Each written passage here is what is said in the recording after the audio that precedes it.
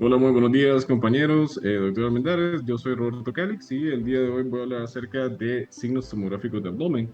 Me parece una clase importante porque asimismo como existe una clase previamente descrita de signos tomográficos de tórax, con esta nos podemos ayudar al momento de realizar diferentes diagnósticos y asimismo es de mayor facilidad para cuando tenemos algún tipo de impresión diagnóstica sobre alguna etiología o algún tipo de patología en los diferentes pacientes que se presentan en el día a día. Entonces, entre algunas de las principales bibliografías que utilicé para esta ocasión, podemos mencionar que está el libro o el folleto de Metaphorical Signs in Compute Tomography of Chest and Abdomen de Andrew Judin. Realmente me parece muy importante porque hace una pequeña colección o acúmulo de signos que son de bastante utilidad al momento de realizar estudios tomográficos, no solamente para tórax, sino que también para abdomen. Entonces, básicamente esta es una de las principales bibliografías y para comenzar tenemos que tomar en cuenta que al momento de realizar tomografías de tipo abdominal, la mayor parte de estas se va a realizar con contraste.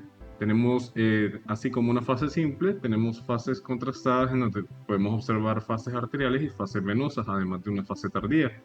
Y asimismo, como el contraste puede actuar con el tipo de diferente de patologías, pero asimismo recordemos que existen ciertas excepciones, como a nivel de la pilotomografía, en donde no se realiza fases contrastadas, pero realmente es porque ya existe una sospecha en específico de que probablemente el paciente con el que estamos tratando tiene una neurolitiasis. Entonces, para comenzar, tenemos el signo de la geografía hepática. Tenemos que tomar en cuenta que cuando encontramos este tipo de signos, eh, vamos a identificar diferentes tipos de densidades a nivel del hígado. Probablemente estas pueden ser difusas, lobares, segmentarias y subsegmentarias, y hace referencia a básicamente cómo se observaría una especie de mapa, pero aplicado al hígado. Hay que tener un poquito de imaginación para este tipo de signos, ¿verdad? Por lo general nos puede ayudar también a identificar si existen trazos normales, haciendo diferencias con los trazos afectados. Y algo en específico también es que entre algunas de las patologías visibles que podemos abordar son desde la esteatosis hasta patologías contrarias, como por ejemplo el acúmulo de diferentes materiales como ser el cobre, el hierro, entre otras cosas, tomando en cuenta siempre que este tipo de tomografías, en cuanto a este signo, tiene que ser corroborado con fases con medio de contraste. Entonces podemos observar en esta imagen cómo existen diferentes densidades a nivel del hígado que hace relación a este signo, en donde se hace una especie de bozo de lo que vendría a ser un mapa, que viene en relación a diferente captación del medio de contraste, distribuido de una manera difusa, al menos en esta imagen, en la primera imagen a la par del mapa. Asimismo, podemos observar en la imagen identificada en la región inferior cómo podemos tener una acumulación o una poca captación del medio de contraste que también hace relación a este signo.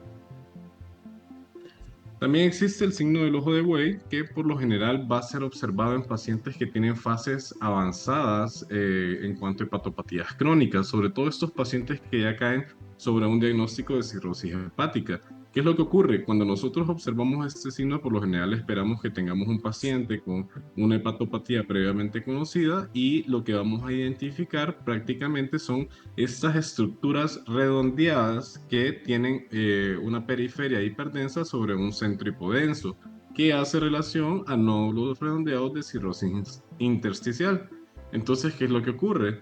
Eh, a nivel de la tomografía simple, si bien es cierto, no se pueden observar tan bien este tipo de hallazgos al momento de hacer la aplicación con el medio de contraste, ya podemos observar que estos tienen una tendencia, sobre todo a nivel del tejido fibroso, de mostrar una acumulación de una manera más intensa. Entonces aquí tenemos las diferentes imágenes en relación a un ojo de buey.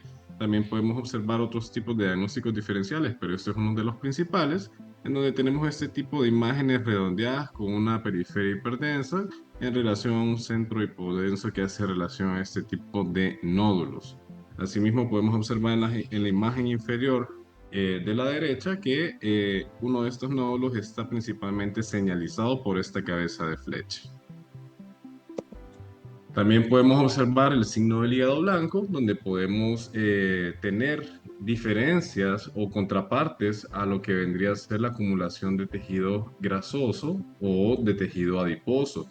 Aquí lo que ocurre es que por lo general, cuando existen otro tipo de acúmulos, como por ejemplo la presencia de hemosiderina cuando tenemos nódulos regenerados en pacientes cirróticos, podemos observar que el hígado blanco, este signo va a tener una presencia como de lo que vendría a ser la lana por parte de una oveja. Se va a ver de una u otra forma de un tipo de manera algodonosa, por decir algo, pero esto hace énfasis a la diferente distribución difusa que toma este tipo de acumulaciones, en este caso de hemosiderina. Entonces, ¿qué es lo que ocurre? Al momento de aplicar medio de contraste, podemos observar que existe un realce ávido por parte de estas estructuras. Entonces, esto es lo que hace relación al signo del hígado blanco. Aparte de pacientes que tienen el antecedente de presentar cirrosis, con este acúmulo de hemosiderina a través de sus nódulos regenerados, podemos hablar que existen diferentes fármacos. Solo para mencionar alguno de ellos, podemos mencionar la amiodarona. Si bien es cierto que existen diferentes signos de Diana en diferentes modalidades diagnósticas, también tenemos que tomar en cuenta que algunos de los más conocidos es el signo en Diana, por ejemplo, a nivel ultrasonográfico cuando tenemos un proceso apendicular agudo. Sin embargo, cuando nosotros estamos hablando de tomografía abdominal, también tenemos que tomar en cuenta que existen diferentes signos en Diana y uno de ellos es a través de la visualización del hígado. ¿Qué es lo que ocurre? Por lo general, dependiendo de la historia clínica del paciente, dependiendo del conteo laboratorial en cuanto a leucocitos, entre otros factores, podemos observar que al menos en esta imagen se trata de un signo del tiro al blanco, es decir, una formación hipodensa no uniforme que en su alrededor tiene una cápsula hiperdensa que está asimismo rodeado sobre otra área hipodensa que hace la alusión al signo de Diana o tiro al blanco, que en este caso, y dependiendo de la patología del paciente y la sospecha clínica, representan sobre todo lo que viene a ser un absceso hepático. Recordemos que lo que vendría a ser el área hipodensa, sobre todo a la mayor periferia de esta lesión, viene a caracterizarse por ser áreas de edema. Entonces, esto al momento de ver cómo reacciona con el medio de contraste también ayuda bastante porque no va a lavar de una manera tan inmediata, sino que va a ser una forma de actuar dependiendo de la fase en donde podemos observar ese característico signo en diana. Asimismo, como podemos observar, cuando tenemos diferentes presentaciones de alteraciones de tipo infeccioso a nivel hepático, también podríamos observar el signo de los racimos de uva. ¿Qué es lo que ocurre? Por lo general puede estar también de la mano con el signo en diana previamente descrito. ¿Qué es lo que ocurre? Aquí lo que se quiere llegar a establecer es que probablemente existen diferentes lesiones que presentan centros hipodensos con una cavidad que tiene múltiples septos. Entonces, ¿qué es lo que ocurre? Dichos septos se van a presentar de manera hiperdensa y asimismo la región más central va a presentar una formación de cavidad dando ese aspecto característico en una forma de racimo de uva que va a estar en relación a pequeños abscesos piógenos. Es decir, asimismo, como podríamos observar un signo en diana, un signo de racimos en uva puede coexistir en este tipo de pacientes. Entonces, algo que hay que tomar en cuenta también es que asimismo este racimo de uvas puede ser como una caracterización o una variante de la presentación de este tipo de abscesos. Entre otros de los aspectos que también podemos tomar cuando estamos evaluando, por ejemplo, lo que viene a ser la vía biliar, podemos observar también en pacientes que tienen una edad avanzada o algún antecedente de pérdida de peso lo que viene a ser el signo del doble conducto. El signo del doble conducto hace alusión a lo que es una dilatación simultánea del conducto biliar y asimismo del conducto pancreático principal. Como podemos observar en la imagen y como me ha gustado, pongo relaciones con lo que podemos ver el día a día. Entonces podemos observar esta presencia de canales en este río que tienen una separación en relación a este doble conducto, que al momento de ser manifestado en una tomografía, podemos observar que esto hace énfasis a que existe una dilatación tanto del conducto biliar como del conducto pancreático principal. Entonces, ¿qué es lo que ocurre? Cuando nosotros observamos este tipo de signos de doble conductos, el cual también puede ser observado a través de una modalidad de ultrasonido, podemos llegar a pensar probablemente que hay una sospecha extrema de lo que viene a ser un tumor ampular, aunque no solamente puede ser visto en tumores ampulares, sino que también puede ser visto en tumores de cabeza de páncreas que tienen una invasión adyacente a lo que viene a ser la ampolla, asimismo acompañándose probablemente, dependiendo del tiempo y de cada paciente, de una pancreatitis simultánea. Entonces, esto es para hacer alusión al signo del doble conducto. Podemos observar cómo existe esta visualización de dicho signo, sobre todo a nivel de la imagen inferior izquierda. Podemos observar cómo estas flechas y la cabeza de flecha hacen relación a cómo se vería a nivel de la tomografía. También entre otros tenemos el signo del punto central que hace relación a diferentes estructuras, pero sobre todo hacemos mayor énfasis a lo que viene a ser las estructuras de los conductos biliares. Entonces, ¿qué es lo que ocurre? Cuando nosotros tenemos este signo, podemos tener una relación directa con una enfermedad de Caroli. Entonces, ¿qué es lo que ocurre? Por lo general, este va a constar de áreas hipodensas que van a estar en relación con áreas centrales puntiformes hiperdensas, como podemos observar en la imagen señalada por las diferentes flechas. ¿Qué es lo que ocurre? Aquí la formación esquística se va a ver de una manera hipodensa, que va a hacer alusión a la dilatación de los conductos biliares, y las áreas hiperdensas centrales puntiformes van a tener una relación estrecha con las ramas de la vena porta. Entonces, hay que tomar en cuenta que por lo general, este tipo de signos es observado en la enfermedad de Caroli. Sin embargo, también puede ser un diagnóstico diferencial en enfermedades con extensiones micóticas. También podríamos observar el signo de Mercedes-Benz, haciendo alusión a lo que es la famosa marca de carros o automóviles alemana. Podemos observar que existe también asimismo un signo de Mercedes-Benz a nivel de la tomografía de tórax. Sin embargo, no quiero hacer tanto énfasis en esto. Lo que pasa es que a nivel de abdomen, cuando nosotros tenemos un signo de Mercedes-Benz, está en una íntima relación con la vesícula biliar. ¿Y esto a qué se debe? Básicamente a que existe presencia de imágenes hiperdensas en relación a litos con presencia de la formación de este signo. Entonces, ¿qué es lo que ocurre? Aquí básicamente lo que observamos es la presencia de gas dentro de un lito. Entonces, realmente algo de importancia crítica o algo por el estilo no se puede llegar a considerar.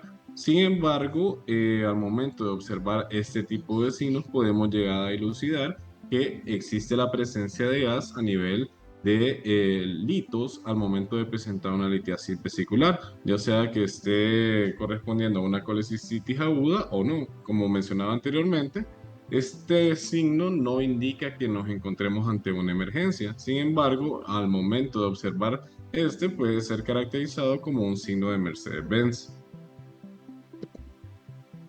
También tenemos el signo del panal de abeja, en donde podemos observar que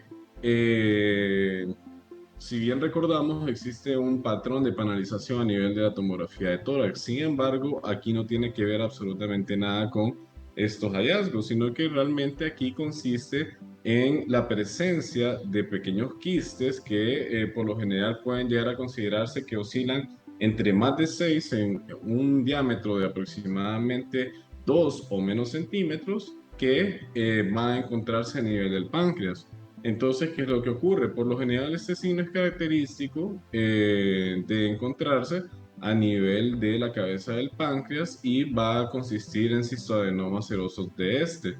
También como es cierto que puede ser conocido como el signo del panal de abeja, para evitar confusiones, a veces también es conocido como el signo o la masa en forma de esponja, realizado en comparación con este para evitar confusiones con lo que vendría a ser el patrón de panalización a nivel del tórax. Entonces, ¿qué es lo que ocurre? Aquí básicamente lo que podemos observar son múltiples imágenes de características quísticas. Vamos a observar imágenes hipodensas que van a actuar dependiendo de la fase que estemos utilizando, en donde realmente visualizada en una fase simple se puede decir que no es tanto. Sin embargo, al momento de la administración del contraste, como podemos observar en la segunda imagen inferior, podemos visualizar que existe la presencia de múltiples quistes agrupados que al momento de presentar una fase venosa mantienen gran parte de su morfología en relación a lo que vendría a ser una panalización, por hacer algún tipo de relación con algunas de las cosas que podemos ver en el día a día. Entonces, recordando que esto va a estar en representación con cistadenomas serosos del páncreas. También podemos observar, ya cuando estamos hablando de estructuras renales, el signo del collar de perlas. Tenemos que tomar en cuenta que el signo del collar de perlas, también es conocido como el signo del rosario, puede ser observado sobre todo a nivel de la región vascular adyacente a los riñones. Tenemos que tomar en cuenta que asimismo esto está en estrecha relación con lo que viene a ser una fibrodisplasia muscular, y recordando asimismo que la fibrodisplasia muscular por lo general es considerada una de las causas más frecuentes en cuanto a la estenosis renal. Entonces, en los pacientes que son jóvenes se presentan con un antecedente de hipertensión, y asimismo no se ha observado a través de ultrasonido que se presente algún tipo de masa identificable o algún tipo de hallazgo, sobre todo en suprarrenal, recordando que las suprarrenales cuando son patológicas al momento de ultrasonido pueden llegar a brindar algún tipo de dato porque pueden ser visualizadas. Al momento de realizar una tomografía, probablemente si se identifica este tipo de signos del collar de perlas, se puede observar que hace directamente una alusión a esta patología, probablemente, es decir, una fibrodisplasia muscular, y así lo podemos observar a nivel de esta tomografía. Podemos observar en la imagen inferior de la izquierda cómo existe este trayecto bilateral de las estructuras vasculares adyacentes al riñón que tienen estas lobulaciones en su trayectoria, que hace relación a esta fibrodisplasia como tal. E incluso se hace una reconstrucción en donde podemos observar que las estructuras adyacentes vasculares principales, sobre todo el riñón derecho, se ve muy afectada y da esta imagen como de presencia de perlas o la presencia de un rosario. Entonces, solo para recordar, esto es visualizado a nivel de pacientes que tienen antecedentes de hipertensión por lo general, aunque también puede ser llegado a considerarse como un incidentaloma en ciertos casos donde no se tiene información sobre el paciente y realmente se busca otro tipo de datos en la tomografía. Recordando asimismo que este tipo de signos es de mejor manera visualizado a nivel de la fase contrastada. También podemos observar el riñón en herradura, que hace énfasis a este hallazgo específico, el cual puede ser visualizado a través de la ultrasonografía. Sin embargo, tomamos en cuenta que a nivel de tomografía resulta ser más fácil encontrarlo. Si bien es cierto que no es tan frecuente, esta es una de las anomalías congénitas en las que ambos riñones van a presentar una unión a través del istmo por sus polos inferiores. Ya pueden ser tipos medianos o simétricos o laterales o asimétricos, que son estas últimas las variantes más infrecuentes, por decir algo. También hay que tomar en cuenta que, a diferencia de lo que es la ultrasonografía, podemos observar que como tenemos la capacidad de hacer reconstrucciones en diferentes planos, al momento de observar este tipo de riñones en herradura, por lo general no cabe la duda de que se trate de esta patología. Entonces, algo también que hay que tomar en cuenta es que este tipo de anomalías congénitas también pueden estar de la mano con antecedentes de algún trauma, el desarrollo de un tumor de Wilms e incluso pacientes que presentan un antecedente de un reflujo vesicoureteral. También tenemos el signo del queso suizo, en donde podemos hablar de los pacientes que tienen una poliquistosis renal. Básicamente esta imagen de múltiples quistes agrupados nos recuerda lo que es un queso suizo. Por lo general se puede considerar que este es un signo clásico en la enfermedad renal poliquística autosómica dominante porque podemos observar diferentes densidades dependiendo del quiste, ¿verdad? Y dependiendo asimismo el contenido de estos, porque asimismo como pueden observarse quistes que no tienen ningún tipo de alteración, sino que solamente están agrupados, también existen otros tipos de quistes donde podemos observar desde detritos, presencia de material hemático en relación a hemorragias e incluso podemos observar algunos que ya presentan hasta calcificaciones en sus paredes. Entonces, este es el famoso signo del queso suizo. También podemos hablar acerca del signo del abanico o estriaciones renales. Por lo general, este es un signo que es identificado en pacientes con un antecedente de presentar la típica clínica, ¿verdad? Dolor a la puñopercusión, un examen general de orina que está patológico, entre otras cosas. Por lo general, siempre va muy de la mano con la clínica y por lo general la forma en que se va a representar es a través del parénquima renal. Lo que se puede observar son diferentes áreas de estriaciones que recuerdan la imagen de un abanico debido a sus diferentes canalículos y qué es lo que ocurre. Esto va a representar o corresponder a áreas de edema y o necrosis. Entonces, ¿qué es lo que pasa? Por lo general, cuando se realiza una tomografía simple, este tipo de signos puede llegar a ser incluso, dependiendo de la gravedad, ¿verdad? Puede llegar incluso a ser confundido con un quiste en algunos casos, solo para hacer esa aclaración. Pero al momento de realizar ya una fase contrastada, se puede observar que no existe una forma o una imagen delimitada en relación a un quiste renal, sino que probablemente estas estriaciones van a tener una mayor extensión que van a estar muy de la mano en relación a un proceso infeccioso. En este caso, lo que vendría a ser una pielonefritis. Ese es un signo típico de pacientes con pielonefritis. Siempre hay que hacer esa adecuada relación con la clínica y el laboratorio y entre algunos de los diagnósticos diferenciales que podemos observar son la vasculitis, los embolismos, la aterosclerosis y también se puede hablar de pacientes que han tenido un antecedente previo de trauma. Asimismo, podemos observar el signo del remolino ya identificando en estructuras a nivel de intestino, donde podemos observar que por lo general este va muy de la mano con pacientes que tienen una sospecha de vólvulo a nivel del intestino delgado.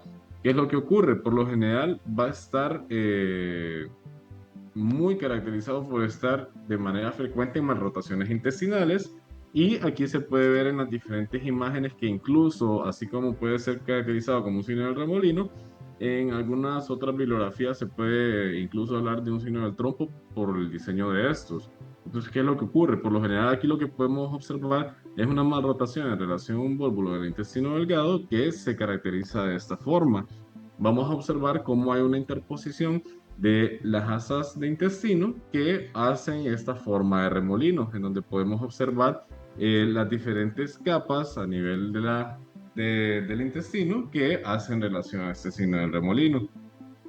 Asimismo, podemos observar otro signo parecido, sin embargo, diferente, en donde podemos hablar del signo del diana o signo del anillo. ¿Qué es lo que ocurre? Por lo general, aquí lo que estamos hablando es acerca de una colección.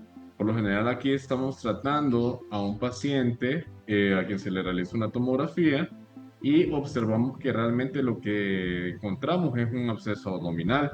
Por lo general, pueden existir áreas aéricas en relación a burbujas de gas hasta en un 50% de estos pacientes y por lo general lo que vamos a observar es una pared, sobre todo a la administración del medio de contraste, que va a captar dicho medio de contraste en relación a cambios por edema y cambios inflamatorios. Entonces, si nosotros encontramos este signo de diana o en anillo, podemos identificar probablemente que el paciente está en progreso con lo que viene a ser un absceso abdominal, sobre todo porque esta colección de pus se encuentra rodeada por esta cápsula fibrocapilar que hace la típica imagen de diana o anillo. Como había mencionado anteriormente, existen diferencias, ¿verdad? Existen diferentes signos que se pueden considerar de diana, pero dependiendo del contexto y del lugar, es que se pueden llegar a reclasificar. También tenemos el signo de la atenuación estratificada, en donde también podemos conocerlo como el signo del doble halo. Por lo general, aquí es a nivel de intestino. Podemos observar que aquí existen diferentes capas manifestadas a nivel de la tomografía como áreas de alta y baja densidad. Entonces, ¿qué es lo que ocurre? En las áreas hiperdensas lo que podemos observar son áreas características de hiperemia. En cambio, en las bajas densidades, en las capas relacionadas con estas, podemos observar que esto hace alusión a presencia de edema. Entonces, cuando encontramos este signo, lo más certero es que probablemente se esté tratando de datos que representen inflamación aguda o zonas de isquemia a nivel de las diferentes estructuras intestinales. Asimismo, podemos observar el signo de la grasa engrosada, en donde podemos observar que, sobre todo, la mayor afección de este signo va a recaer sobre la capa submucosa. Podemos observar que, a diferencia del signo del doble halo, este indica una evolución de tipo crónica. La evolución del signo del doble halo, por lo general, suele ser un tanto más aguda e incluso puede ser un tanto subaguda en relación a este tipo de procesos, recordando entre algunas de las enfermedades que nos pueden llegar a dar este tipo de signos, podemos observar estas enfermedades inflamatorias de intestino en relación a una enfermedad de Crohn e incluso una colitis ulcerativa, en donde podemos observar que existe a nivel de la infiltración de la grasa de la capa submucosa áreas en relación a diferentes capas de esta con áreas hiperdensas en su interior, con variaciones hipodensas que viene a ser parte del signo de la grasa engrosada. Y asimismo, a nivel de la periferia se pueden observar ciertos rasgos o trayectos hiperdensos, pero la mayor parte del signo recae sobre la porción hipodensa. Asimismo, podemos hablar del signo del acordeón. Por lo general, este es un signo característico de la colitis pseudomembranosa. Podemos observar que por lo general, cuando estamos hablando del signo del acordeón, tenemos que tomar en cuenta procesos inflamatorios. También pueden estar en relación procesos en donde tengamos una pérdida sanguínea masiva, puede existir una trombosis mesentérica e incluso una hipoalbuminemia. ¿Qué es lo que ocurre? Por lo general, aquí al momento de realizar las fases contrastadas se observa que existe edema a nivel de la mucosa submucosa. Entonces el realce se va a ver incrementado, presentando así signos que nos pueden ayudar al momento de realizar una tomografía de abdomen. Básicamente lo hice de la manera más descriptiva posible porque al momento de verificar los datos junto a la clínica y laboratorio de los diferentes pacientes, por lo general ocurren ciertas sospechas diagnósticas en cuanto al momento de realizar la tomografía. Si visualizamos alguno de estos signos, pueden estar muy de la mano con los diferentes diagnósticos previamente descritos y la verdad me parece de suma importancia conocer algunos de estos signos porque facilitan el trabajo a la hora de querer interpretar una tomografía. Entonces, básicamente eso es todo por la clase del día de hoy y espero que les haya gustado.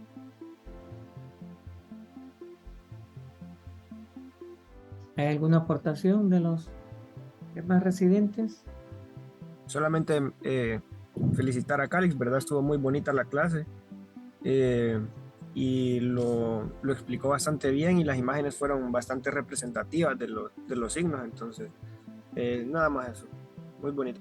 Igual, doctor, por parte de los R1, comentar que pues para nosotros estos temas son nuevos.